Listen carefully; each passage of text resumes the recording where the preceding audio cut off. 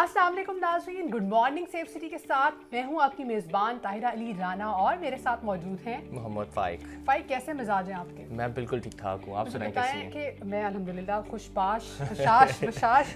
मुझे बताएं कि किस तरह से आपकी छुट्टियां जो देख रहे हैं उनका हाल भी पूछ लें। हाँ जनाब, आप बताएं। सबसे पहले हम तो ठीक ठाक हैं, आप बताएं आपकी सुबह का नई सुबह का आगाज़ हो गया है, छुट्टियाँ तकरीबन ख़त्म होने वाली हैं, नानी के घर से वापस आने वाले हैं ना। और 2024 आपका कैसा जा रहा है? उम्मीद करते हैं सही जा रहा होगा, क्योंकि नई सुबह है, नई सुबह का आगाज़ है और नई प्लानिंग आप लोगों ने की होंगी और इसको लेकर चल रहे होंगे। और जैसा कि अभी तारा ने बताया कि छुट्टियां बिल्कुल ख़त्म हो रही हैं और आप वापस अपने घरों की तरफ आ रहे होंगे। बड़ा मुश्किल होता है कि नानी के घर से वापस आना, और उसके बाद सबसे ज़्यादा मुश्किल ये होता है कि वो जो रूटीन आपकी एक बनी होती है उसको आप दोबारा से कंटिन्यू करते हैं। कोई कंटिन्यू इस तरह से करते हैं कि जो छुट्टियों में आप लेट सोते थे, लेट उठते थे, उसके अलावा आपकी जो खाने पीने का अंदाज था वो भी थोड़ा डिफरेंट हो जाता है कि बंदा खाने बनाता है, घर में खाता है। रात भर मूवीज देखते थे हम लोग, और छुट्टियों में ऐसे ही करते थे ना हम लोग भी, और उसके बाद गपशप करनी और वो रात लेट नाइट स्नैक्स और वो सारी चीज़ें, और रूटीन अब फिर से चेंज, वही अम्मा का डंडा कि बेटा टाइम से सो जाओ, सुबह स्कूल जाना है, कॉलेज जाना है, मौजा मुकगियां ने इन पंजाबी सेंस की मौजा मुकगियां ने। फाइक, बताएं कि सर्दियों में हीटर का इस्तेमाल करते हैं आप? मेरे ख्याल में हीटर का इस्तेमाल नहीं करना चाहिए। वैसे मैं नहीं करता, लिटरली मैं नहीं करता। मुझे सर्दियां बहुत पसंद है, कुछ लोगों को नहीं होती। वैसे मैं कल न्यूज़ में देख रही थी तो हीटर का इस्तेमाल बहुत सारे लोग करते हैं सर्दियों में। करें ज़रूर, लेकिन एहतियात के साथ। हीटर दो तरह के हैं आजकल, वो इलेक्ट्रिक हीटर भी आते हैं और दूसरे वो जो गैस पे चलते हैं वो हीटर्स भी आ रहे होते हैं। लेकिन जो सबसे ख़तरनाक है मेरे ख्याल में वो गैस के हीटर होते हैं कि रात भर में या रात के औकात में अक्सर कहीं गैस चली जाती है और आपने हीटर ऑन किया है और रूम आपका बंद है। उस रूम में क्या होता है कि फिर वो गैस जमा होती रहती है और अचानक जब सुबह आप उठते हैं तो देखते हैं कि खुदा ना खासा कोई ना कोई हादसा पेश आ जाता है और वो अखबार में आ जाता है। सर्दियों में उसकी रीज़न यही होता है। देखते हैं तो अगर वैसे तो यूज़ ना करें आप, लेकिन सही क्या सर्दी है इस्तेमाल करते हैं तो एहतियात बहुत जरूरी है। और एहतियात सोते वक्त अगर आप जाग भी रहे हैं ना ताहिर, अगर आप जाग भी रहे हैं तो आपको क्या करना है कि एक बर्तन में पानी लेकर उस हीटर के पास रखना है। हाँ, बहुत जरूरी। ये एक टेक्निकल चीज़ है कि वो जो उसके केमिकल जो मॉलिक्यूल्स होते हैं वो ऑटोमेटिकली उसको जज्ब कर रहे होते हैं चीज़ों को, जिसकी वजह से वो जो गैस का प्रेशर या गैस के जो नुकसानात हैं वो आप तक उस पर अफेक्ट नहीं करते। खैर, ये तो बड़ी इंपॉर्टेंट चीज़ें हैं जो हमें देखनी चाहिए। तो अब बढ़ते हैं आज के अखबार की तरफ। तो आज की खबरें क्या क्या हैं ताहिरा आपके पास? क्या खबर सुनाने वाली हैं आप हमारे देखने वालों को? खबरें हम ही सुनाते हैं, आप भी पढ़ लिया कीजिए थोड़ा बहुत खबरें। अच्छा जी, चूँकि सर्दी की बात की हमने स्टार्ट में कि सर्दी की शिद्दत में बहुत ज़्यादा इजाफा हो गया है, धुंध बहुत ज़्यादा है जी। पंजाब और सिंध के मैदानी इलाकों में धुंध की वजह से ट्रेनों का शेड्यूल, हम लोग अक्सर करते हैं कि जी ट्रेन लेट हो गई, लेकिन चूँकि धुंध की वजह से ट्रेनों का शेड्यूल भी अफेक्ट हो रहा है। 1 से 2 या 2 से 4 घंटे ट्रेनें भी थोड़ा सा लेट हो रही हैं, तो थोड़ा सा आप लोग भी सब्र का मुजाहरा कीजिए और गैर ज़रूरी सफ़र से आपने करना है गुरेज करना है। अच्छा, ट्रेनों की आपने बात की है तो ट्रेन का बड़ा शौक हुआ करता था बचपन में हमें। तो मैंने ताहिरा से ऑफ द रिकॉर्ड पूछा जब ऑफर थे हम कि ट्रेन की ही बात आप क्यों करेंगी प्रोग्राम में, आप किसी और ट्रांसपोर्ट की भी बात कर सकती। तो इन्होंने कहा कि नहीं, जो ट्रेन है ना वो बड़ा दिलचस्प सफर उसमें होता है आपका, बड़े मजे की चीजें। हमेशा ये कोशिश हुआ करती थी बचपन में कि अगर बड़ा सफर करना है, लंबा सफर करना है, तो हम फैमिली को ये अब्बा को कहा करती थी कि ट्रेन पे सफर करना है। और बर्थ जो उसकी बर्थ होती थी ना, उस पर लड़ाई होती थी आपस में बहन भाइयों की, मैंने बर्थ पे सोना है, और बर्थ पे फिर वो रिसाले पढ़ना और वो जी स्टेशन पर रुकना, तो वहाँ से कुछ चाय पी रहे हैं। तो ट्रेन का सफर इंतहाई लुत्फानंदोज और बड़े मजे का सफर होता है। अब तो ट्रांसपोर्ट काफी आ चुकी है, नई से नई जिद्दत के साथ साथ वो वक्त भी चेंज होता जा रहा है। लोग जो ट्रेन का इस्तेमाल है काफी कम कर रहे हैं, लेकिन खैर ट्रेन का सफर बहुत अच्छा हुआ करता था। जो अगली खबर अब मेरे पास है वो है जी, IG पंजाब ने बरतानवी तंजीम के वफ्द से मुलाकात की है और एक MOU पर दस्तखत किए गए हैं। वो MOU है किस चीज़ का? वो है जी ट्रांस कम्युनिटी के हवाले से। जो हमारे ट्रांसजेंडर हैं, जो वनरेबल सोसाइटीज़ में हमारे बिलोंग करते हैं कुछ लोग, जिनको हमारे मुआशरे में एक उस तरह से रिस्पेक्ट नहीं दी जाती जिस तरह से देनी चाहिए, और हम लोग अक्सर उन्हें इग्नोर करते हैं। लेकिन पंजाब पुलिस का बहुत अच्छा इनिशिएटिव है।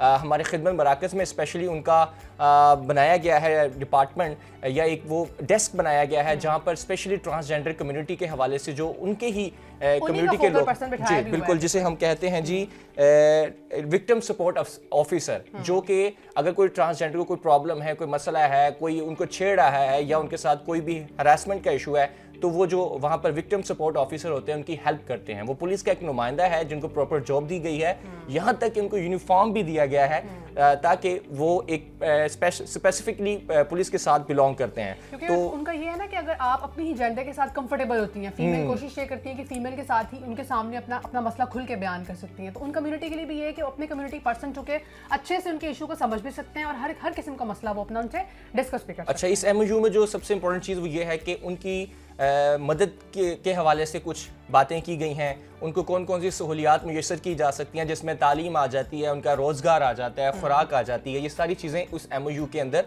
डिफ़ाइन कर दी गई हैं, जो कि एक बड़ा अच्छा इनिशिएटिव है। इन फ्यूचर जो ट्रांसजेंडर कम्युनिटी है उनके लिए स्कूल्स भी बनाए जाएंगे, उनकी तालीम के लिए प्रॉपर इंतजामात भी किए जाएंगे और उनको वो तमाम तर सहूलियात दी जाएंगी जो हमारे मुआशरे में उनको नहीं दी जाती, जो कि बड़ा फुकदान था, बहुत बड़ा फुकदान था इस चीज़ का। तो खैर ये बड़ा अच्छी जो खबर थी जो मैंने सोचा कि आप तक पहुँचा दी जाए। अगली खबर जो आप तक पहुँचा रहे हैं वो जी एक बड़ी मशहूर सी कहावत है ना, फाइक कहते हैं कि जिसे अल्लाह रखे उसे कौन चखे। तो जापान में जलजिला एक बड़ा ही मतलब अनफॉर्चुनेट किस्म का इंसिडेंट हुआ जिसमें अब तक तकरीबन 196 के करीब लोग जो है वो डेथ हो गई, जिनकी 5 दिन बाद मलबे के नीचे से एक बुजुर्ग खातून को जिंदा निकाल लिया गया। बड़ी इंटरेस्टिंग न्यूज़ मुझे लगी। बुजुर्ग खातून कितनी क्या एज क्या थी उनकी?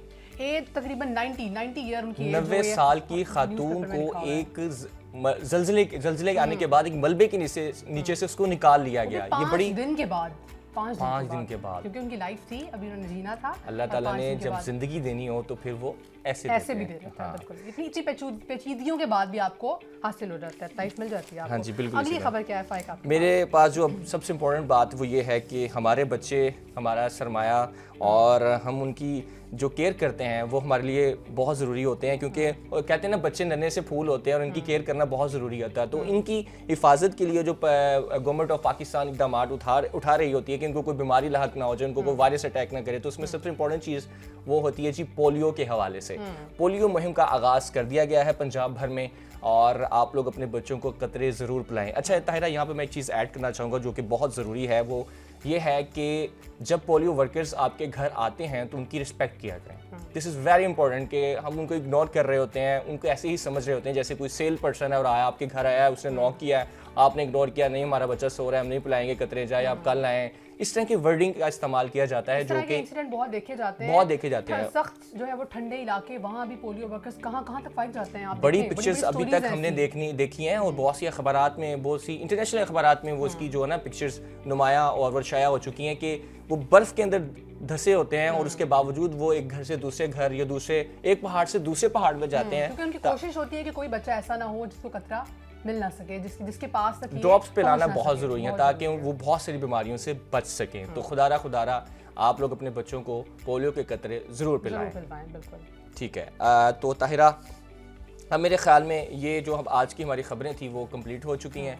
तो अब ये है कि मेरे ख्याल में चाय मेरी जो है वो ठंडी हो चुकी है, दोबारा से चाय में उबाली जाए। तो अभी हमें जाना है ना, सुबह का जो आगाज है वो आपका चाय के बगैर कुछ अधूरा सा लगता है। कभी कभी कॉफी भी पी लेते हैं। हाँ, अच्छा, ये वैसे स्टाइल होता है। अच्छा, स्टाइल होता है कि कुछ लोगों का स्टाइल होता है कि यार आज मैंने कॉफी पी है, आज मैं कॉफी पीऊंगा। भाई चाय को आप क्यों इग्नोर करते हैं? अपने आप को दिखाने के लिए कि मैं बहुत मेरा एक जो लेवल है ना बहुत ऊंचा है। कॉफी का एक अलग ही स्वैग है। स्वैग ठीक है, लेकिन जो चाय का स्वैग है ना, अच्छा, चाय पीनी है, किसी घर मेहमान जाओ, चाय पीनी है, किसी दोस्त की तरफ जाओ, आजकल जो चल रहा था चाय पियेंगे आप। अच्छा, आपने अचानक आप गली में आ गए हैं, यार तेरे लिए चाय ना बनवाऊं, आप किसी दोस्त की तरफ चले गए, आप चाय पीनी है। तो चाय एक प्रोमिनेंट वर्ड होता है जो हम बार बार यूज करते हैं। सो अभी हम चाय पियेंगे and let's take a break. आप ब्रेक से वापस आते फिर आपसे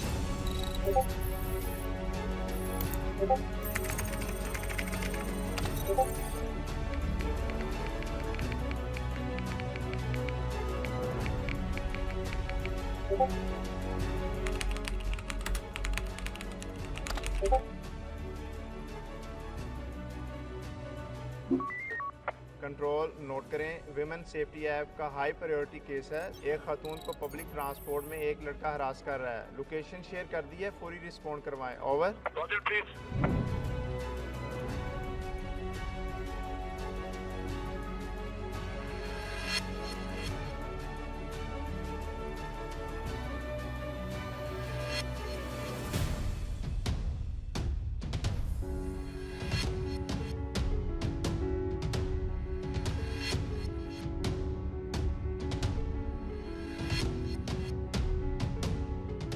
ख़वातीन किसी भी खतरे या परेशानी में वुमेन सेफ्टी ऐप के जरिए मदद तलब कर सकती हैं। Punjab police women safety app download करें और अपना तहफ़्फ़ुज़ यकीनी बनाएं।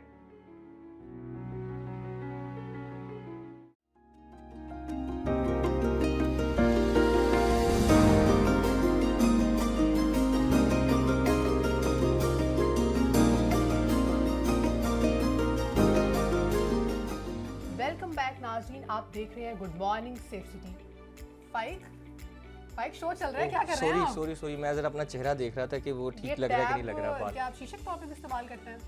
वैसे तो टेक्नोलॉजी के लिए इस्तेमाल किया जाता है, हाँ। कुछ चीज़ें हमने सर्च करनी है, लेकिन अगर लाइट ऑफ कर दें तो इसका जो मिरर होता है उस पर आप अपने बाल शाल और फेस को भी देख सकते हैं। देखिए बड़ी ज़रूरी है। टैलेंटेड है, कहीं भी कुछ भी इजाद कर लेते हैं। देखिए ना, देखिए कितना अच्छा लग रहा है मेरा फेस आज। कितनी स्किन बहुत ड्राई हो रही है आपकी।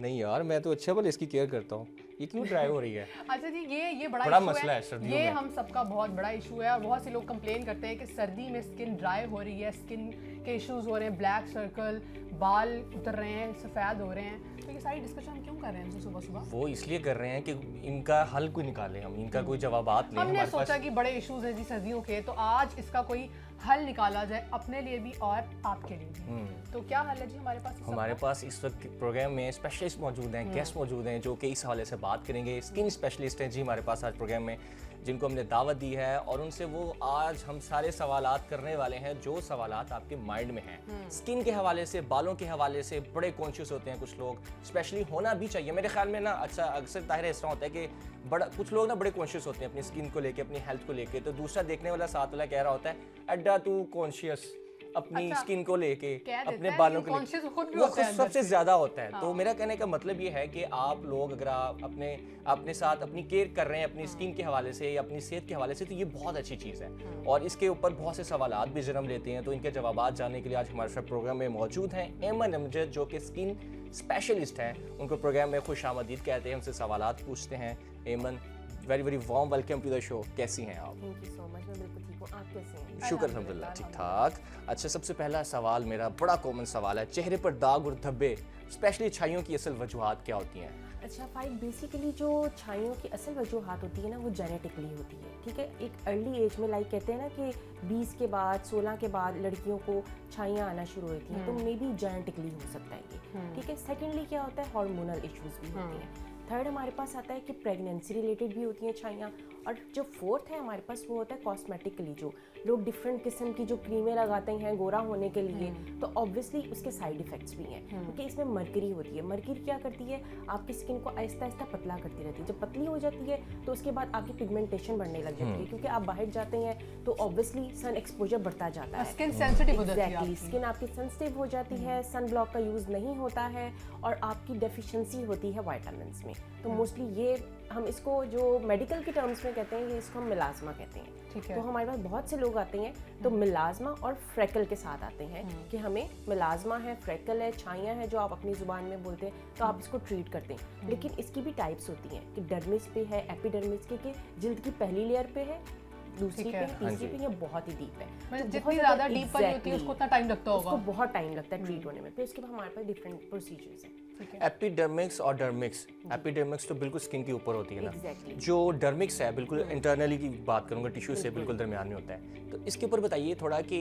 अगर आप खुद से घर में कोई इसका ट्रीटमेंट करना चाह रहे हैं, अगर वो नहीं जाना चाह रहा है कहीं किसी डर्मेटोलॉजिस्ट के पास या स्किन स्पेशलिस्ट के पास, तो इसका क्या हल है, क्या सोल्यूशन है, क्या मेडिसिन है, इसका किस तरह से ट्रीटमेंट किया जा सकता है? बेसिकली डिपेंड करता है कि कितना डीप जा चुका है और कितना अरसा हो गया उस डिजीज को। पेशेंट को अगर फॉर एग्जांपल 3 मंथ्स हुए हैं, 2 अच्छा, months this is called disease, ये डिजीज है? Like it's a type of disease ना, लाइक मेलास्मा लोगों को मतलब एक प्रोलॉन्ग टाइम के लिए हो जाता है। ठीक है। कुछ को होता है लाइक हार्मोनल इश्यूज है तो फॉर द टाइम है, तो आफ्टर 6 मंथ्स 4 मंथ्स ट्रीटेबल होता है ये, और ट्रीट होने का बेहतर होता है। लेकिन लोग उसके बावजूद वो कहते हैं कि हम मेडिकली इसको क्यों ट्रीट करवाएं। वो जाते हैं डिफरेंट पार्लर्स में जाते हैं, डिफरेंट ये बड़ा शॉप्स इशू है पे कि जाते लोगों हैं। को समझ नहीं आता एग्जैक्टली कि ये प्रॉब्लम है, इसलिए आपको डॉक्टर की जरूरत है। बिल्कुल। Cosmetic और का लोग इस्तेमाल, मतलब आपने मशवरा, उसने मशवरा दिया, इसने ये लगा लिया वो, और वो उसके बाद वर्स होता जाता है। जब वो वर्स होता है तो उसके बाद हम इस पे जो है इसको लेके आते हैं, हम डिफरेंट प्रोसीजर्स पे लाइक के लेजर्स पे लेके आते हैं, रीसरफेसिंग पे लेके आते हैं, फिर जाके इसका मेलानिन जो है पिगमेंटेशन को हम कम करते हैं with vitamin C, with different multivitamins, कि ये आहिस्ता आहिस्ता आपका बेहतर होना शुरू हो। तो लोग कहते हैं कि ज़्यादा हमारे पास कौन सा अच्छा क्या नाम है विटामिन है कि जो हमारी स्किन को बेहतर कर सके। तो आई वुड रिकमेंड कि go for glutathione. Glutathione is not for that कि जी आपका क्या नाम है गोरा चिट्टा हो जाएंगे हम, तो बहुत ही ऐसे लगने। ग्लूटाथायोन इज अ एंटीऑक्सीडेंट, ठीक है। ये क्या करता है, और साथ में आप विटामिन लेते हैं, ये इम्यूनिटी बूस्टर है। तो दोनों मिलके आपकी जो जिल्द को ना रीसरफेस करते हैं, ग्लो करते हैं, स्मूथ करते हैं। तो ये इसका जो ये निशान रह जाते हैं, अक्सर लोग कंप्लेन करते हैं कि कोई ऐसे मतलब पिंपल निकल आया है, कुछ छाइयाँ, तो उसके निशान रह जाते हैं। तो क्या ये ट्रीटमेंट जो आप बता रही हैं इससे वो निशानात भी खत्म हो जाते हैं? बेसिकली जो निशानात है ना वो कैसे पड़ते हैं, लोग पॉप अप करते हैं अपने दानों को, हाँ, छीन लेते होते वो हैं, कहते हैं never उसको tease a दबाते हैं। pimple, आप पिंपल को Exactly. टीज नहीं करें। तो आप जब इसको इरिटेट करते हैं तो ऑब्वियसली वो फिर आपके साथ हमेशा के लिए रह जाता है। तो उसके लिए ये है कि हमारे पास डिफरेंट रेटिनॉइड्स हैं जो कि क्या करते हैं, पील ऑफ करते हैं, पील ऑफ पीलिंग एजेंट है। उसके बाद हमारे पास AHA है जो कि पीलिंग है हमारे पास, वो हम अप्लाई करते हैं पेशेंट पे। विटामिन सी क्रीम्स होती हैं, सन ब्लॉक्स होते हैं कि जी आपकी पिगमेंटेशन को कम करें। तो इसके साथ साथ आपका ये एक्ने सारी चीजें जो आप बता रही हैं ये मेडिकेटेड इस्तेमाल करनी चाहिए, ये कोई से भी आपकी 300-400 की क्रीम इस्तेमाल कर ली, उसको अप्लाई कर लिया? लोग कहते हैं कि इसमें भी विटामिन सी है, इसमें भी क्या कहते हैं पीलिंग एजेंट है, तो आप ये यूज़ कर लें। नहीं, आपको डर्मेटोलॉजिकली रिकमेंडेड FD अप्रूव्ड चीज़ें यूज़ करनी चाहिए। अच्छा, जब वो चीज़ें हम यूज़ कर रहे होते हैं तो ऐसे लग रहा है कि 5 दिन या 10 दिन के बाद बिल्कुल हम गोरे चिट्टे हो जाएंगे, और इसके अलावा जो हमारे फेस पे जो छाइयाँ ये ख़त्म हो जाएंगी। तो आपके ख्याल में इसको कितना टाइम देना चाहिए? बर्दाश्त नहीं होती, सीधी बात है कि जब आप स्टार्ट कर रहे होते हैं कोई सन ब्लॉक लगाना या कोई क्रीम लगा रहे होते हैं तो बर्दाश्त का एलिमेंट बिल्कुल ख़त्म हो जाता है। एक महीना डॉक्टर के पास जाना चाहिए, फर्क नहीं पड़ा। एक महीना हो गया मुझे ये इस्तेमाल करते हुए, लेकिन अभी तक ये इसका कोई हल नहीं है। स्किप इट, छोड़ दो। हाँ, लोग पता क्या करते हैं, लोग कहते हैं कि शायद मैं ये क्रीम लगा रहा हूँ, डॉक्टर ने दे दी है तो मैं 1 महीना लगाऊंगा ये ठीक हो जाएगी। नहीं, ऐसा नहीं होता। आपको अपनी डाइट भी साथ मेंटेन करनी होती है, अपना लाइफस्टाइल भी चेंज करना होता है, आपको अपना स्लीप पैटर्न भी चेंज करना होता है, वाटर इनटेक भी आपको अच्छा रखना होता है, पानी ज़्यादा से ज़्यादा पिएं, स्किन को हाइड्रेट रखें, सन एक्सपोजर आपका कम होना चाहिए, आपके मल्टीविटामिन पूरे होने चाहिए। मोस्टली फीमेल्स में लाइक आयरन डेफिशिएंसी बहुत ज़्यादा होती है। Iron deficiency is a cause of melasma, कि आपकी पिगमेंटेशन ज़्यादा हो जाती है, छाइयाँ पड़ने लग जाती है, डार्क सर्कल्स हो जाती हैं, बालों का गिरना शुरू हो जाता है। तो इसकी ये वजूहात है। ये स्पेशली अच्छा फीमेल्स का ये इशू है या शादी मेल्स के में भी, करीब-करीब मेल्स में भी, मर्दों की भी बात करें, नहीं, मर्द और खवातीन दोनों अब शादी बालों के की करीब बात आई है जाते तो हैं मुझे ना। बड़ा अच्छा पॉइंट आया कि ये जो आपने बात की है कि आयरन डेफिशिएंसी की वजह से बाल गिरना शुरू हो जाते हैं। तो मेल्स में भी सेम यही प्रॉब्लम होता है, आयरन डेफिशिएंसी, जो बाल गिर रहे होते हैं, गंजेपन का शिकार हो जाते हैं लोग। मेल्स में भी यही होता है कि विटामिन डी डेफिशिएंट हो। बेसिक जो कॉज है ना हमारे पास जो हेयर फॉलिंग की है या ग्रेइंग ऑफ हेयर, मतलब बाल आपके अर्ली एज में भी एक वो होते हैं ना वाइट होना शुरू हो जाते हैं, उसकी मेन कॉज है हमारे पास विटामिन डी डेफिशिएंट होता है, सेकंड हमारे पास आयरन डेफिशिएंसी होता है, थर्ड हमारे पास बायोटिन की डेफिशिएंसी होती है। विटामिन डी तो आप मुख्तलिफ सोर्सेज से ले सकते हैं अगर आप लेते ही एनिमल, नहीं ना दरअसल। हाँ नहीं, हम लोग यूज़ कर रहे कहते थे। हैं हम क्यों धूप में बैठे, हम सुबह सुबह उठकर हम काले हो जाएंगे। लेकिन आपको पता है गोरे वो तो बहुत ज़्यादा इस चीज़ को रिकमेंड करते हैं, वो तो सुबह उठ के अच्छे से अपना प्रॉपर जो सुबह की किरणें होती हैं एक वो, और शाम को वो जो होता है ना सूरज जब ग़रूब हो रहा है वो वाली, उसमें आपका अच्छा एक रिच विटामिन डी आपको मिलता है। अगर सेंटर में दोपहर के टाइम आप चले जाएं तो कोई उतना इफेक्ट नहीं होगा? नहीं, ऑब्वियसली वो तो फिर आपको टैनिंग करेंगे वो फिर भी उसी चीज़ में आ जाएगा, फिर आप सन ब्लॉक का इस्तेमाल करें और उसको बचना होता है आपने उससे। इस्तेमाल करें ज़्यादा से ज़्यादा। अच्छा, ये एस्थेटिक डर्मेटोलॉजी का ये टर्म बड़ी हम लोग आजकल देख रहे हैं, ट्रेंड में चल रही है, इस हवाले से बताइए कि क्या है, क्या आप इसको रिकमेंड करती हैं, क्या प्रोसीजर? सोशल मीडिया पे इसकी बहुत आजकल हाइप होती है। अच्छा, basically basically aesthetic dermatology is different from clinical dermatology ना। क्लिनिकल डर्माटोलॉजी में हम सारी डिजीज़ को ट्रीट करते हैं, जैसे कि हमारे पास आगे एक्जिमा के पेशेंट, सोराइसिस के, पेम्फिगर, इस तरह के ना, जिनको इचिंग वगैरह इन सब की, स्केबीज भी बहुत कॉमन है जैसे। और लेकिन जो एस्थेटिक डर्माटोलॉजी ये क्या है कि लोग कहते हैं हम खूबसूरत दिखें, ठीक है, हमारे एज से हम अपने कम लगे, एंटी एजिंग मतलब इसको हम कह सकते हैं ना। एक हम जो करते हैं इसमें हमारे पास डिफरेंट प्रोसीजर्स आ जाते हैं, जैसे हिर्सुटिज्म है, मतलब यंग लड़कियों को आजकल चेहरे पे बहुत ज़्यादा बाल आ रहे हैं, वो कहती हैं कि हम इसको कैसे ट्रीट करें, वैक्सिंग करते हैं, थ्रेडिंग करते हैं, लेकिन ऑब्वियसली पहले हम ट्रीट करते हैं कि इसका कॉज क्या है। कॉज रूल आउट करेंगे, आपके कॉज क्या पता चलेगी जी, इनको कोई हार्मोनल इश्यूज है या पीसीओज है, पॉलीसिस्टिक ओवरीज, तो first of all we have to treat the main cause exactly. उसके बाद फिर हम आपको लेके आते हैं लेजर्स पे। लेजर्स की भी डिफरेंट टाइप्स होती हैं, हमारे पास अलेक्जेंड्राइड आ जाती है, डायोड आ जाती है, एनडीएक। जैसे कि हम एशियंस हैं तो हमारे पास एनडीएक जो है हम पे ज़्यादा अच्छी सूट करती है, क्योंकि हमारी स्किन टाइप क्या है 4, 5, 6, इसमें हम फॉलो करते हैं। 6 जो है वो बहुत ही मतलब काले जो अच्छा, ये कलर आपने बताया, कलर ग्रेडिंग जो जी 6 टाइप्स है हमारे पास, 1, 2, 3, 4, 5, 6 हमारे पास टाइप्स है। तो जो पहली जो 3 आती है ना वो गोरों में आती है, ठीक है। हम एशियंस है तो हमारी 4 से स्टार्ट होती है टिल 6 तक, जो बहुत ही बेचारा काला है तो उसके ऊपर हम फिर एनडीएग ही हम प्रेफर करते हैं। उसके रिजल्ट्स भी अच्छे हैं, लॉन्ग लास्टिंग भी हैं, तो उससे ये होता है कि बेहतर होना शुरू होता है विद द ट्रीटमेंट। लाइक जो आप पीसीओस है आपको, आप उसको ट्रीट कर रहे हैं, आपके हार्मोन्स का इशू है आप उसको ट्रीट कर रहे हैं, फिर आहिस्ता आहिस्ता आपका बेहतर होता है। अभी आपने एक वर्ड का इस्तेमाल किया, स्केविंग, जो कि स्केबीज जो है अक्सर ये सर्दियों में इसका ज़्यादा रुझान हो जाता है, इसकी जो डिजीज़ है वो ज़्यादा हो जाती है। तो इसका क्या सोल्यूशन होता है, इसको ये क्या डिजीज़ है, इसका क्या लाहेअमल तय किया जाए, इसका ट्रीटमेंट क्या है, इसके ऊपर थोड़ी सी बात करें। स्केबीज बेसिकली ये है कि कंटामिनेटेड है ना, या मतलब फॉर एग्जांपल मुझे आपसे, आपको मुझसे, किसी से भी लग सकती है, या कोई मतलब जो भी कहीं जगह वो सैनिटाइज ना हुई, हॉस्पिटल्स में ज़्यादा होती है, लाइक जर्म्स होते हैं बहुत ज़्यादा वहाँ पे, इसलिए ज़्यादा होती है। इसका ये होता है कि एक को दूसरे से लगी, दूसरे को तीसरे से, वो ट्रीट नहीं करते लोग ना, क्योंकि इसका ट्रीटमेंट ये होता है कि आपने प्रॉपर उसमें एक एप्लीकेशन अप्लाई करनी होती है 3 डेज, उसके बाद फिर आपने 1 वीक बाद आफ्टर दोबारा से कर, लेकिन एक नहीं, घर में सबने करनी है। ओके, अगर किसी को नहीं भी है तो वो भी इस्तेमाल, मतलब बहुत जल्दी फैल जाती है ना आपकी, जल्द से जल्द आप वायरल है बेसिकली। एग्जैक्टली। तो इसमें ये होता है, और ये सर्दियों में इसलिए ज़्यादा कॉमन हो जाती है कि हम बहुत ज़्यादा पैक रहते हैं, वूल का इस्तेमाल और कपड़ों का इस्तेमाल, तो ये वो, और फिर हम लोग कहते हैं कि ठीक है थोड़ी सी खारिश हो रही है, और हमारी बॉडी जो फॉर एग्जांपल वाटर इनटेक भी कम होता है exactly, जी। जिनकी बहुत ज़्यादा बॉडी ड्राई होती है ना, उनको ज़्यादा चांसेस होते हैं इन्फेक्शन कैरी करने के, क्योंकि बॉडी पे आपकी जैसे ही जब ड्राई होगी रिंकलिंग ज़्यादा स्टार्ट हो जाएगी और इन्फेक्शन जल्दी कैरी। स्वेटिंग भी तो हो जाती है ना उसमें, वो भी इफेक्ट करती है इसको? नहीं, स्वेटिंग ऐसे नहीं करती, क्योंकि अगर किसी की ऑयली स्किन है तो वो इट्स गुड के उसकी क्या ये ड्राई स्किन पे ज़्यादा होती है, बिल्कुल सही। ड्राई स्किन पे ज़्यादा, क्योंकि लोग इचिंग करते हैं, फिर कहीं बैठ गए, हाइजीन का इतना ख्याल नहीं होता उनको, इस वजह से फिर स्केबीज ज़्यादा फैलता जाता है। तो लोगों को ज़्यादा क्यों रुझान नहीं है डर्मा की तरफ, मतलब आप खुद से क्यों ट्रीटमेंट करना शुरू कर देते हैं? किसी पॉलर वाली के पास चले जाए, कलर का इशू है तो वो भी चले जाए, थोड़ा सा ये जी फैशन करा लो या कुछ इस तरह की चीज़ें। डर्मा की साइड पे ज़्यादातर लोगों को रुझान क्यों नहीं होता? मोस्टली लोग इस तरह ही कंप्लेन करते हैं कि नहीं जाते। बेसिकली लोगों को ना एक्सेप्ट करना चाहिए कि जो मेरा स्किन कलर है ना वो ही मेरा रहेगा। क्या खूबसूरत बात की, अक्सर हम इसके ऊपर बड़ा कॉन्शियस होते हैं। हाँ, तो मतलब कि इसमें ये है कि different types of brown colours हैं, मतलब किसी का कलर लाइट ब्राउन है, डार्क ब्राउन है, वीट कलर भी आ जाता है, तो उसमें बेहतर ये होता है कि लोगों को एक्सेप्ट करना चाहिए कि मेरा ये कलर है, उसको बेहतर होना चाहिए, स्मूथ होनी चाहिए स्किन, रिंकललेस होनी चाहिए, एक्नी प्रोन स्किन नहीं होनी चाहिए, ये होना चाहिए, लेकिन अपने कलर को एक्सेप्ट करें।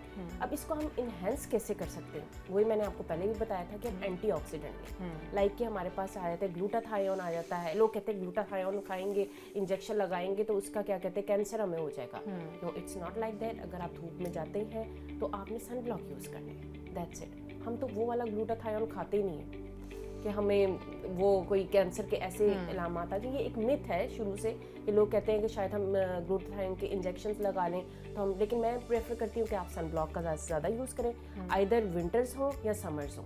लोग कहते हैं विंटर्स में तो धूप निकलती नहीं है तो हम क्यों यूज़ करें ना, ठीक है बस ऐसे मुँह हाथ धोया और चले गए सुबह उठ के तो हम वैसे ही चमक रहे हैं, तो नहीं। First of all you have to apply sun block. Sun block जितना आप ज़्यादा अप्लाई करेंगे उतनी ज़्यादा आपकी स्किन जो है हाइड्रेट रहेगी। और सप्लीमेंट अगर आपको रिकमेंड करना चाहें हमारे प्लेटफॉर्म से? सप्लीमेंट ज़्यादा से ज़्यादा बेसिकली ना, अगर लोग को कॉन्शियस हैं, जिनको लाइक थोड़ा सा ड्राइनेस का भी, बॉडी का भी इशू रहता है, तो आई वुड रिकमेंड कि go for zinc. Zinc is the basic ingredient for hair, nail and skin. ठीक है, आपके उसके साथ बाल भी बेहतर होना शुरू होते हैं, जिनको एक्ने भी होती है उनकी एक्ने भी बेहतर होना शुरू होती है, स्किन की रीसरफेसिंग हो जाती जैसे है। मेरी स्किन ड्राई है तो कोई इससे ग्लो आ सकता है फेस पे? इससे ग्लो नहीं आएगा, स्किन बेहतर होना शुरू हो अच्छा, जाएगी। स्किन बेहतर। अगर आप चाहती हैं कि ग्लो आ जाए तो उसके साथ आप विटामिन सी ऐड करोगे, तो vitamin C, zinc, biotin for hairs, vitamin D for overall wellbeing. ठीक है ईमन, आखिरी सवाल आपसे करेंगे क्योंकि टाइम शो का जो थोड़ा सा थोड़ा कम है, ये डिस्कशन तो है बहुत सारी लंबी हो हाँ, जाएगी। फिर बहुत इंशाल्लाह किसी दिन सारी आपको issues दावत हैं। देंगे। बताइएगा कि वक्त से पहले ये जो बाल अक्सर सफ़ेद हो जाते हैं, क्या इशू होता है इसका? अच्छा, मैंने वही आपको पहले बताया कि जैसे कि मिलाजमा में लोगों को जेनेटिकली इशू होता है, तो बेसिकली इसकी फर्स्ट कॉज जो है वो जेनेटिक्स होती है। ठीक है, बच्चों में ग्रेइंग ऑफ हेयर स्टार्ट हो जाती है और बहुत ज़्यादा मैल न्यूट्रिशन होते हैं बच्चे, या फिर ज़्यादा से ज़्यादा उनमें आयरन डेफिशिएंसी होती है, बायोटिन की डेफिशिएंसी। ये मोस्टली लोग जो हमारे पास आते हैं उनका आयरन बहुत ज़्यादा कम होता है, तो इसकी मेन कॉज जो है जेनेटिक है। सेकेंडली हमारे पास आयरन डेफिशिएंसी है। थर्ड हमारे पास जो है हमारे पास आया था हार्मोनल इश्यूज। तो इस सारे डर्माटोलॉजिस्ट के जो सवालात थे इसमें जो आपने जवाबात दिए, इसमें जो मैं एक चीज़ निकालना चाहूँगा वो ये है कि हमारे पास विटामिन डी और आयरन डेफिशिएंसी बहुत ज़्यादा होती है। अगर हम इसको कंट्रोल ओवरकम कर लें तो हम बहुत सारे इन चीज़ों से और इन सवालात से भी बच सकते हैं। मतलब जैसे ही हमें इश्यूज हो, हमें फौरी तौर पे किसी डर्मा को रिकमेंड करना चाहिए और वहाँ बजाय इसके कि हम खुद ही से कोई ना कोई टॉनिक या कुछ भी नेट से निकाल लिया, इंटरनेट से कुछ देख लिया और वो अप्लाई करना शुरू कर दिया। और सेकेंडली जो सबसे इम्पॉर्टेंट है, लोग आजकल तो हर जगह से ये देख लेते हैं, बायोटिन भी ले लेते हैं, विटामिन डी भी, आयरन भी ले लेते हैं, लेकिन जिंक नहीं लेते। आई वुड सजेस्ट कि go for zinc first. Zinc बहुत ज़रूरी है और मुझे लगता है कि अगर हम में से अगर 7-8 लोग भी यहाँ पे हैं तो उनका भी हम करवाएंगे एनालिसिस, तो उसमें सबकी जिंक डेफिशिएंसी होगी। ऑल्दो उनका आयरन भी बेहतर, लेकिन उसको exactly, लोग उसको पता नहीं है। पता नहीं है लोगों को, तो जिंक लास्ट में लें। थैंक यू सो मच ईमन, बहुत शुक्रिया आपका। दोबारा आपको फिर दावत देंगे और फिर से कुछ जो डिस्कशन जो है वो अपनी इसको करेंगे। sure, thank अभी हमें ब्रेक पे जाना है, ब्रेक के बाद आपके साथ हाजिर होंगे नए टॉपिक्स के साथ और आपने देखेंगे। कहीं जाना, हाँ, देखते हमारे रहना। साथ गुड रहना। Morning safe city.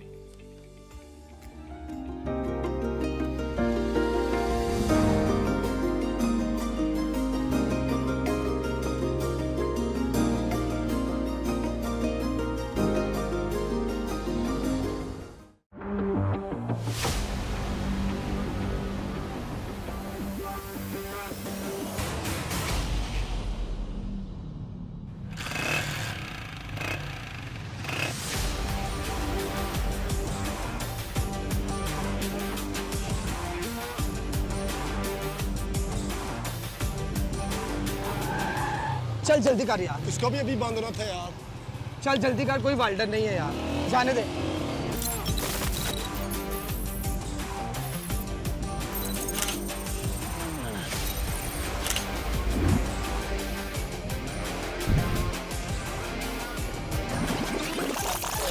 इसको भी अभी बांधना था यार। चल जल्दी कर, कोई वाल्डर नहीं है यार, जाने दे।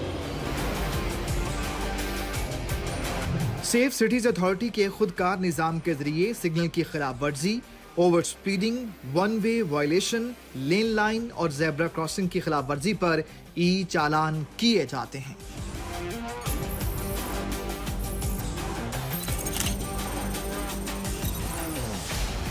आलमी दायरा शुमारियात नेम्बियो के मुताबिक सेफ सिटीज़ के इंटेलिजेंट ट्रैफिक मैनेजमेंट सिस्टम की बदौलत आलमी रैंकिंग में लाहौर के ट्रैफिक इंडेक्स में नुमायां बेहतरी आई है।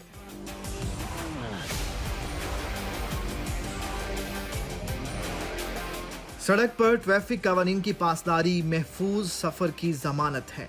ट्रैफिक कवानीन की पासदारी कीजिए और सेफ रहिए सेफ सिटी के साथ।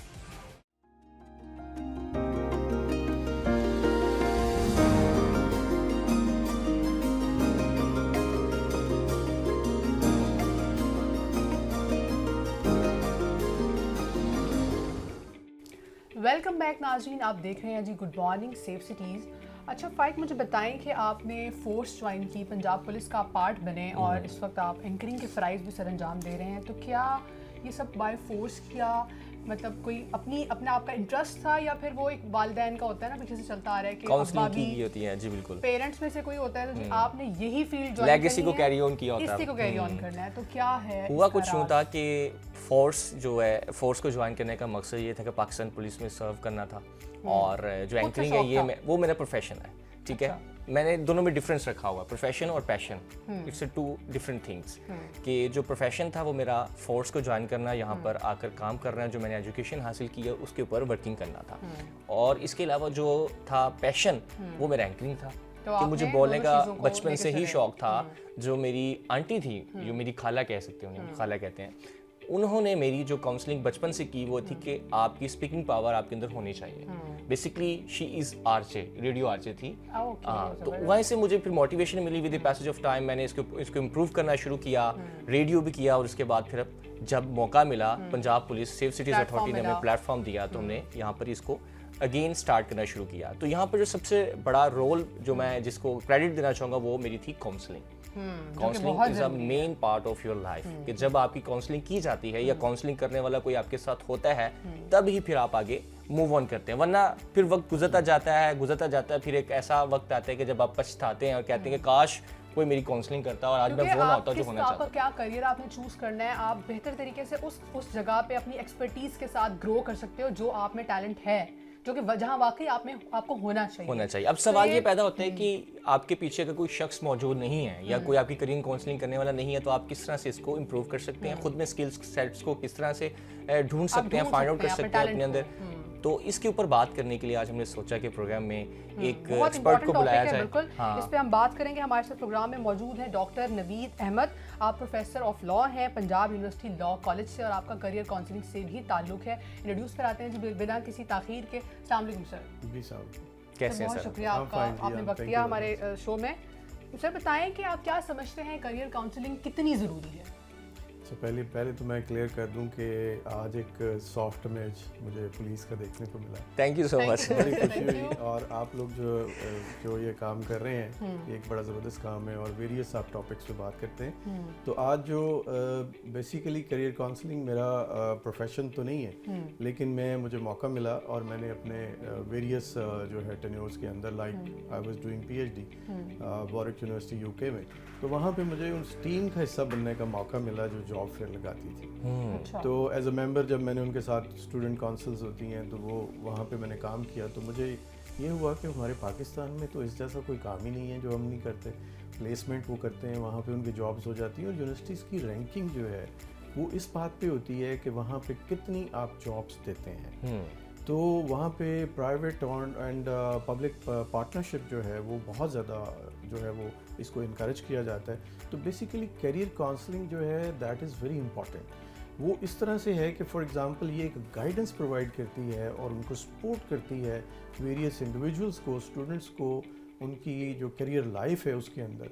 और ये एक टर्निंग पॉइंट्स होते हैं लाइफ के अंदर जहाँ पे वो अपने डिसीजन लेते हैं। और अगर फॉर एग्जांपल आप ऐसे डिसीजन नहीं लेते और कोई आपको गाइड नहीं करता, अब टेक्नोलॉजी का दौर है, with the passage of time जल्दी टेक्नोलॉजी चेंज हो रही है, नई चीज़ें आ रही हैं। अब अगर आप एक यूजलेस एजुकेशन लेते हैं, वैसे एजुकेशन यूजलेस तो नहीं होती, लेकिन कहना ये है कि आज के दौर के मुताबिक प्रायोरिटीज का वर्ड इस्तेमाल करते हैं जी। तो आप वो गोल अचीव नहीं कर सकते जो आप करना चाहते हैं इन फ्यूचर। तो इसके लिए जो है ये बहुत इंपॉर्टेंट है कि कहीं ना कहीं आप करियर काउंसलर से हेल्प लें और अपने करियर को डिज़ाइन करें और अपने गोल्स को अचीव करें। पब्लिक सेक्टर के पास इतनी स्पेस नहीं है, तो इस स्पेस को कैसे कवर किया जा सकता है, ओवरकम कैसे कर सकते हैं, रोल प्ले कर सकते हैं। उसके अलावा जो स्टूडेंट्स हैं वो यही समझते हैं कि पाकिस्तान में हमारे लिए कोई स्पेस नहीं है, तो उनका रुझान ज़्यादा हो रहा है टू द फॉरेनर कंट्रीज़, जो बाहर के मुल्क जा रहे हैं, बैरूनी मुल्क ज़्यादा से ज़्यादा जा रहे हैं। तो आप क्या समझते हैं कि स्टूडेंट्स को किस तरह से अपनी काउंसलिंग इस हवाले से करनी चाहिए आफ्टर गेटिंग स्टडी, यानी कि जब कोई वो डिग्री हासिल कर लेते हैं तो उसके बाद वो कौन सा प्रोफेशन चूज़ करें और स्पेस को वो किस तरह से कवर अप कर सकते हैं? अच्छा, मैं थोड़ा सा इससे डिसएग्री करूंगा, जो एक ट्रेंड है जी। और अब सबसे लाइव एग्जांपल तो ये है कि मैंने जब पीएचडी की तो मैं उसके बाद अब मुझे 10 साल 11वां साल जा रहा है जी। तो मैं पाकिस्तान में मौजूद हूँ। अपने करियर की पीक जो है आपने कंसिस्टेंसी से, हार्ड वर्क से आप इसको ले सकते हैं, इसका कोई मसला नहीं है। मतलब पाकिस्तान में स्पेस मौजूद है। यस, मैं अगर इसको डिफरेंशिएट करूं दो मुल्कों के दरमियान, दो मतलब वेस्ट और पाकिस्तान के दरमियान करूं, तो वेस्टर्न वर्ल्ड के अंदर जो टॉप है दैट इज टोटली फिल्ड, नीचे खाली है। आपको बड़ी आसानी से नीचे और जॉब्स और छोटी मोटी जॉब्स मिल जाती हैं, लेकिन टॉप प्रोफेशनल्स की है। पाकिस्तान में टॉप खाली है और नीचे आपके सब भरा पड़ा है। आप यहाँ से आपको इसको चीर के निकलना है और टॉप पे जाके बैठ जाना है, और इसके लिए आपको कंसिस्टेंसी, बहुत जरूरी हार्ड वर्क और प्रोफेशनल्स की शदीद कमी है। हम समझते हैं कि यहाँ पे स्कोप नहीं है। क्या आप समझते हैं कि doctors they are not earning a lot, engineers are not earning a lot, लेकिन वही जो प्रोफेशनल्स हैं ट्रू मीनिंग में जो अपने आप को जिन्होंने स्किलफुल किया है, जिन्होंने मेहनत की है, हम समझते हैं हम कंसिस्टेंट नहीं होते। हमने एक काम किया, शॉर्टकट भी तो ढूंढते हैं ना यस, हम। अच्छा शॉर्टकट की मैं आपका चूँकि पुलिस डिपार्टमेंट से है तो मैं ये कहूँ शॉर्टकट हमेशा, मेरा ये एक कहना है कि शॉर्टकट हमेशा जेल के दरवाजे तक ले जाते हैं। तो जो ज़िंदगी में आपने एक लॉन्ग टर्म में अपना करियर इस्टेब्लिश करना है, उससे आपकी रिस्पेक्ट भी होगी और उससे आप जो है अपने गोल्स आसानी से अचीव कर लेंगे। सर क्या समझते हैं कि सब्जेक्ट्स कौन से ऐसे हैं जो जिनकी मार्केट में जिसे हम कहते हैं ट्रेंड है, डिमांड है, तो वो कौन से सब्जेक्ट्स हैं? आप कुछ बता सकते हैं इस हवाले से? पाकिस्तान के हवाले से आप अगर पूछ रही हैं तो पाकिस्तान के हवाले, वेस्ट में तो उन्होंने नए से नए ट्रेंड जनरेट किए और उनके पास फंड्स भी हैं, रिसोर्सेज भी हैं और सब कुछ है। अच्छा, मैं पहले तो आपने पूछा था कि पाकिस्तान में ये स्पेस और पाकिस्तान रिसोर्सफुल है नहीं है। अच्छा, मैं छोटी सी बात करूंगा कि यूके में क्या था, एक आइलैंड जहाँ पे बारिशें बहुत तेज़ होती हैं, वहाँ पे बहुत ज़्यादा होती हैं।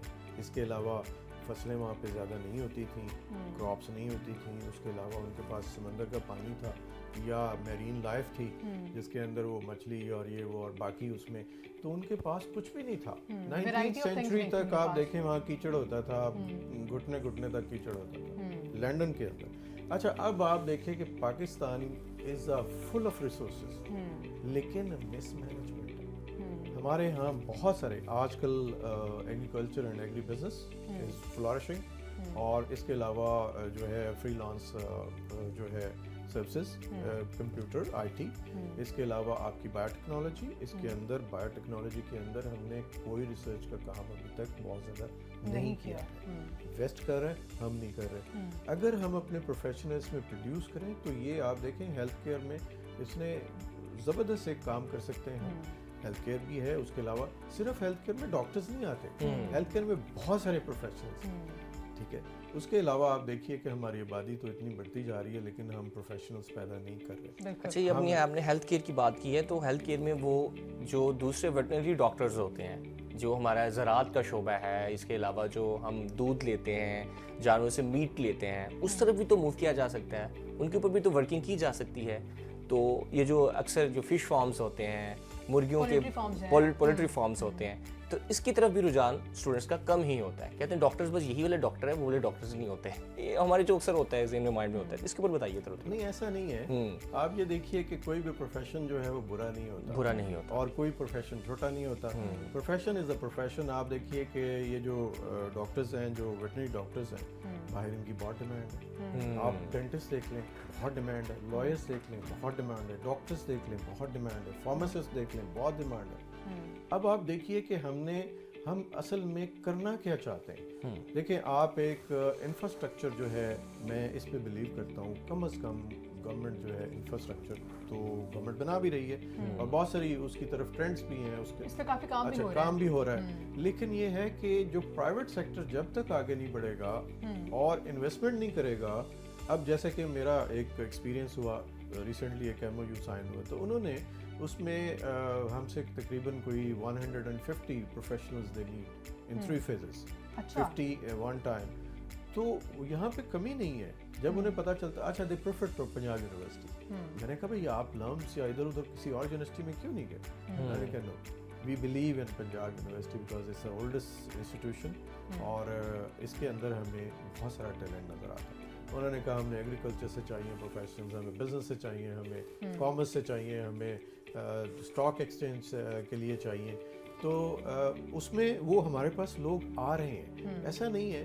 अब एक ट्रेंड चल पड़ा है। और दूसरी बात यह है कि जो प्राइवेट सेक्टर है, दे आर प्रोड्यूसिंग प्रोफेशनल्स। उनके पास वो हायर भी करते हैं और वो उनके पास टाइम जो है वो बहुत शॉर्ट होता है कि वो टाइमली अपने डिसीजन लेते हैं। जबकि हमारा जो पब्लिक सेक्टर है ये थोड़ा सा स्लो है। Lag कर इसके रहा है अंदर अब हर एक बच्चा जो है मैट्रिक पास भी वो कहता है जी कि मुझे ना एक ऑफिस दे दिया जाए। मैं बस फाइल्स पे साइन करूं। जब आपका ये एटीट्यूड होगा एफर्ट पुट नहीं करते आप। तो आप कुछ नहीं कर सकते। भाई आपकी क्वालिफिकेशन क्या है, क्या आपने कोई ऐसी Expertise क्या है प्रोफेशनल एजुकेशन हासिल की है? अगर ऐसा है तो आप अपने आप को टेस्ट कीजिए। हम अपॉर्चुनिटी प्रोवाइड करते हैं जब भी हमें कोई कंपनी कांटेक्ट करती है तो हम उसको कहते हैं कि ये हमारे पास सीवीज है, हम आपको सेंड कर रहे हैं, आप इसमें से, तो हम स्टूडेंट्स को कहते हैं ठीक है जाएं, अपना इंटरव्यूज दीजिए, अपने स्किल्स को जो है वो जो है उनके सामने बयान कीजिए, तो उसके बाद आपको हायर कर लेंगे। अच्छा, इसी से मेरे एक और बात जहन में आई है कि जब फ्रेश स्टूडेंट्स होते हैं, अक्सर जाते हैं किसी इंटरव्यू के लिए, तो आगे से डिमांड करते हैं कि आपके पास एक्सपीरियंस नहीं है। वो आगे से जो स्टूडेंट्स जब इंटरव्यू देने वाला होता है वो कहता है कि यार मैं तो बिल्कुल फ्रेश हूँ, मेरे पास मुझे एक्सपीरियंस hire कैसा करेंगे तो हो experience सके, आएगा। हायरिंग होगी तो एक्सपीरियंस होगा। तो इस चीज़ को किस तरह से ओवरकम किया जा सकता है कि स्टूडेंट्स का यही अक्सर गिला होता है कि हम जब इंटरव्यू देने जाते हैं तो वो कहते हैं जी आपके पास एक्सपीरियंस नहीं है, तो हमारे पास हैंड्स ऑन एक्सपीरियंस किस तरह से आएगा? अच्छा, ऑल ये- इट पॉसिबल? अच्छा, ये डुअल है। अच्छा, ये ऐसा नहीं है कि अब मैं मसलन मेरे पास एक जो है वो टेक्सटाइल इंडस्ट्री से एक मैसेज आया, ईमेल आए, तो उन्होंने कहा हमें सिर्फ फ्रेश चाहिए ग्रेजुएट्स। क्यों? वो कहते हैं हम खुद ट्रेन करेंगे एनर्जी सेक्टर के लिए, बाकी उनमें उनके साथ तो ट्रेनिंग हम देंगे। मैंने 4 साल के एक्सपीरियंस वाला भेजा, उन्होंने कहा नो, हमें सिर्फ फ्रेश चाहिए। फ्रेश चाहिए। तो अब ये उनमें एहसास पैदा हो कि हम क्यों ना इनको खुद ट्रेन करें। इनको ज़्यादा skillful बेहतर होगा जो रिक्वायरमेंट तो है उसके अकॉर्डिंगली आप उनको yes, ट्रेन कर लें। ताकि वो जो जैसे ही वो फ्रेश आया उसको हम जब ट्रेन कर लेंगे ये ज़्यादा बेनिफिशियल है रादर देन कि वो सिविल लिटिगेशन में या फलां में और वैसे भी वो आपकी ऑर्गेनाइजेशन के लिए ज़्यादा बेनिफिट होगा क्योंकि जैसी रिक्वायरमेंट होगी ना हाँ, उसके उसके अकॉर्डिंग वो train खुद को किया तैयार होगा। कर लेंगे। Of course. Sir online study का भी बताइएगा कि ये ऑनलाइन स्टडी आप क्या समझते हैं, कितनी मुस्तफीद है, क्योंकि इसकी तरफ भी रुझान ऑनलाइन बढ़ता जा रहा है। स्टडी जहाँ तक जो मैंने इसको देखा है, नो डाउट इफेक्टिव है। इफेक्टिव इस तरह से है कि फॉर एग्जांपल ये कोविड-19 20 में कोविड आया, फिर उसके बाद वेरियस वेरिएंट आते रहे, तो हमने एक नया ट्रेंड पूरी वर्ल्ड के अंदर शुरू हुआ। वैसे वेस्ट में तो ऑलरेडी था लेकिन बहुत कम था, लेकिन यकदम से उसकी इम्पोर्टेंस इतनी बढ़ी कि ऑनलाइन जो है वो सारा उन्होंने system सेशंस, shift किया। फॉर एग्जांपल हमारे स्कूल्स हैं जो प्राइवेट स्कूल्स हैं जो उन्होंने अपने आप को शिफ्ट कर दिया ऑनलाइन। तो वहाँ पे आप देखिए कि हमारे ओपन यूनिवर्सिटी है, डिस्टेंस लर्निंग दे रही है, लेकिन उसको हम अच्छा नहीं समझते थे। लेकिन इसके अंदर हमें बहुत ज़्यादा इसकी, क्या हम घर में फारिग बैठे रहें या रादर देन हम वहाँ बैठ के अपने जो है वो एजुकेशन लेते रहें ताकि हमारा टाइम वेस्ट ना हो। डिस्कशन बड़ी अच्छी चल रही है। करियर जी, काउंसलिंग career- बहुत इंपॉर्टेंट फैक्टर है आपकी career ज़िंदगी कौन का। सा चूज करना है, किस में आपका इंटरेस्ट है, ये बहुत जरूरी है। पेरेंट्स का बहुत रोल है इसमें, बिल्कुल। पेरेंट्स को बहुत अपना अपने अहम बच्चों किरदार के अदा लिए कर रहे हैं इसके ऊपर। बच्चों के लिए वक्त निकालिए, उनके इंटरेस्ट को जानिए, देखिए किस चीज़ में उनका इंटरेस्ट है, मैं जोर ज़बरदस्ती ना कीजिए। लेते हैं एक छोटी सी break.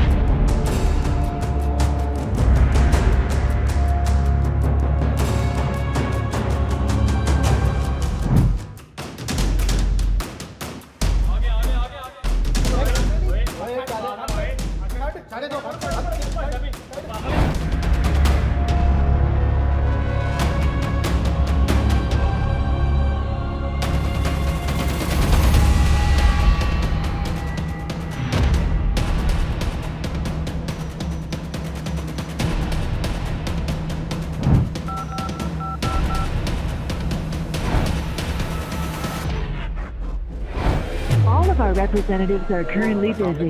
Please stay on the line. अस्सलाम वालेकुम, इमरजेंसी 15 हेल्पलाइन। जी सर, क्या हेल्प चाहिए? एक बंदा ना मुझे बार बार फ़ोन करके ना अपना उधार वापस मांग रहा है। मोहतरम, ये एक इमरजेंसी हेल्पलाइन नंबर है, इस पर गैर ज़रूरी कॉल से गुरेज करें। अस्सलाम वालेकुम। जी मैडम, बताइए हम आपकी क्या मदद कर सकते हैं? हम यहाँ एक रेस्टोरेंट में हैं और एक लड़का हमें हरासा कर रहा है, उसने हमारी पिक्चर्स भी ली हैं। आप परेशान ना हों, अभी पुलिस आपके पास भिजवा रहे हैं। Control from IC3। एक लड़का रेस्टोरेंट में लड़की को हरासा करा है। एक्सीडेंट हो गया है, फ़ौरन पहुंचो। लड़ाई हो रही है, इमीडिएटली रिस्पॉन्ड कीजिए। गुमशुदा बच्चे ने नीले रंग की शलवार कमीज पहनी हुई है।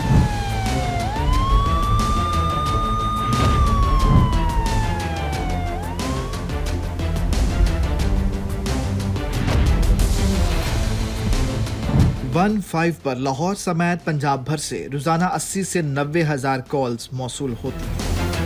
रोजाना मौसूल होने वाली कॉल्स में 85% गैर मुतल्लका होती हैं। शहरियों से अपील है कि 15 पर गैर जरूरी कॉल से इज्तनाब करें ताकि मुसीबत में फंसे शहरियों की बरवक्त इमदाद की जा सके।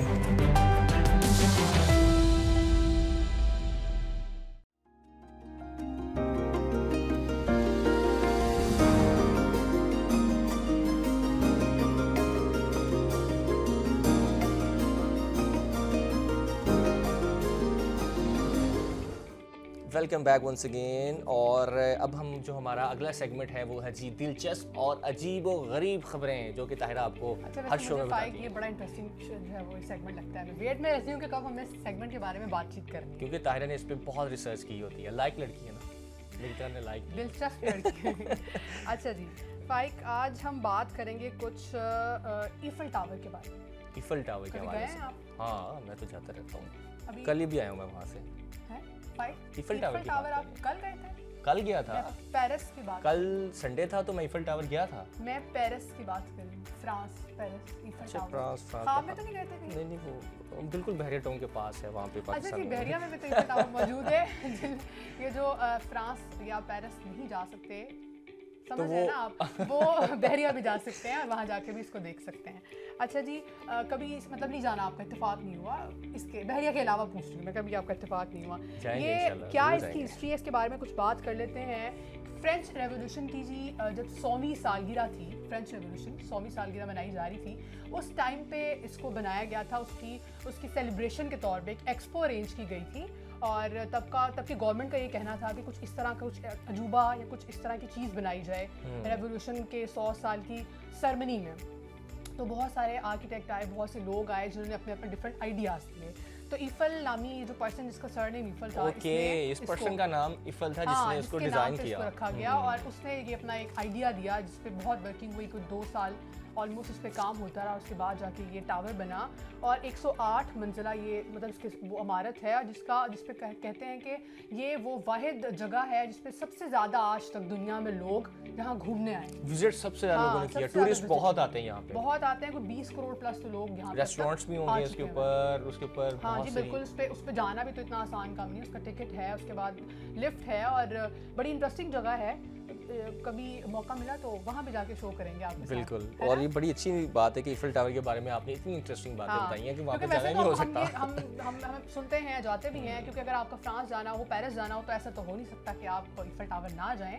तो इसके बारे में ये था कि ये रेवोल्यूशन के बाद एक यादगार है, जिसको पहले तो ये कहा गया था कि कुछ अर्से के बाद इसको ख़त्म कर दिया जाएगा, लेकिन चूंकि फाइक इसकी हाइट इतनी ज़्यादा है कि उसके ऊपर कम्युनिकेशन के लिए, वायरलेस कम्युनिकेशन के लिए कुछ टावर्स भी लगा दिए गए हैं, जो कि बाद में ज़रूरत बन गई कि दुनिया से कम्युनिकेशन फ्रांस ने अगर पेरिस ने करनी थी तो वो उसके थ्रू होती है और उसके बाद फिर एक ये ज़रूरत बन गई कि अब इसको हम मतलब ख़त्म नहीं कर सकते। ओके, नेक्स्ट वी हैव क्या आप फाइक बताएं ज़रा। अच्छा वी हैव के रिसर्च आपकी, लेकिन वी हैव आईने हम अक्सर चेहरा दिखने के लिए यूज़ करते हैं। तो 1 मिनट। हाँ, लंदन में एक मकान है, ये भी आईना है, ये भी फाइक का तो ये भी आईना है। लंदन में एक मकान है जी आईनों से बना हुआ।